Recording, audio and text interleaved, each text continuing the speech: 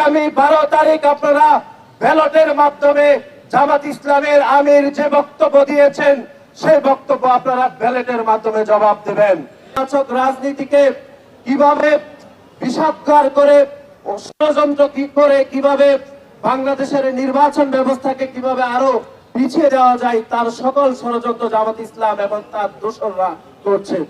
এবং আপনারা সকলে জানেন আমাদের সাংগঠনিক সম্পাদক আমানুল্লাহ আমান এখানে বক্তব্য দিয়েছেন। জামাত ইসলামের আমিরের সহধর্মিণী একই সাথে ডাক্তার এবং একই সাথে যখন বাংলাদেশ জাতীয়তাবাদী দল বিএনপি যখন রাষ্ট্র ক্ষমতায় ছিল তখন তিনি কিন্তু সংরক্ষিত আসনের এমপি পদেও তিনি দায়িত্ব পালন করেছেন।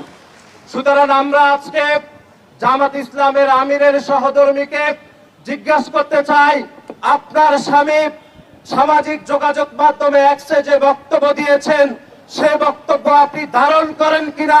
যদি ধারণ করেন তাহলে বাংলাদেশের নারীদের সামনে আপনি পরিষ্কার ব্যাখ্যা দেওয়া উচিত বলে আমরা মনে করি।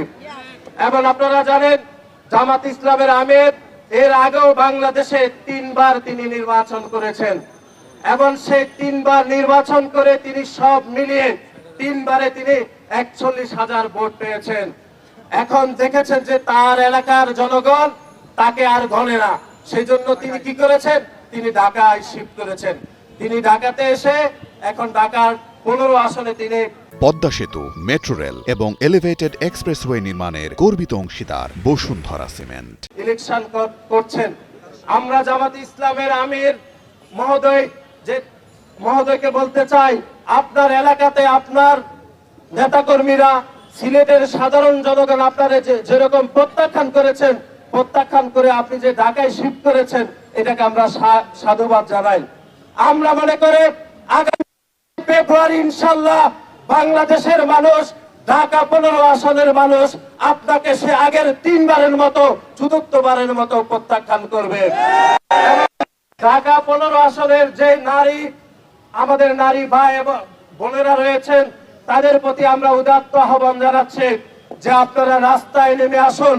জামাত ইসলামের আমির যে বক্তব্য দিয়েছেন সেই বক্তব্যের আপনারা প্রতিবাদ করুন এবং বাংলাদেশের নারী শিক্ষার্থী বিশেষ করে গার্মেন্টসে আমাদের একটি বৃহৎ অংশ নারী কর্মীরা রয়েছে, তাদের প্রতি আমরা উদাত্ত আহ্বান জানাচ্ছি আগামী 12 তারিখ আপনারা ব্যালটের মাধ্যমে জামাত ইসলামের আমির যে বক্তব্য দিয়েছেন সেই বক্তব্য আপনারা ব্যালটের মাধ্যমে জবাব দেবেন।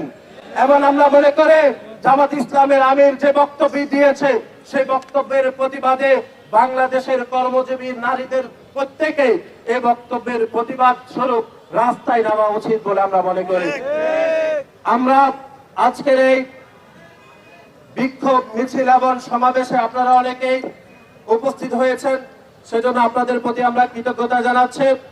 আমরা মনে করে বাংলাদেশের 5 আগস্ট পরবর্তী সময়ে যে একটি ইতিবাচক রাজনীতি চলমান রয়েছে সর্বস্তরে, সেই ইতিবাচক রাজনীতিকে কিভাবে বিষাদগার করে ও ষড়যন্ত্র কি করে কিভাবে বাংলাদেশের নির্বাচন ব্যবস্থাকে কিভাবে আরো পিছিয়ে দেওয়া যায় তার সকল ষড়যন্ত্র জামাত ইসলাম এবং তার দোসররা করছে।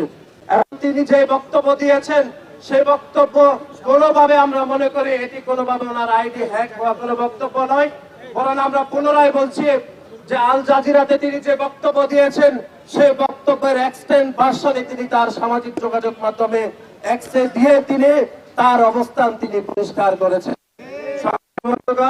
আমরা আপনাদের সকলের প্রতি কৃতজ্ঞতা জানাচ্ছি যে স্বল্প সময়ের মধ্যে আপনারা আমাদের এই আয়োজনে আপনারা সামিল হয়েছেন। আমরা বিশ্বাস করি আগামী 12 তারিখ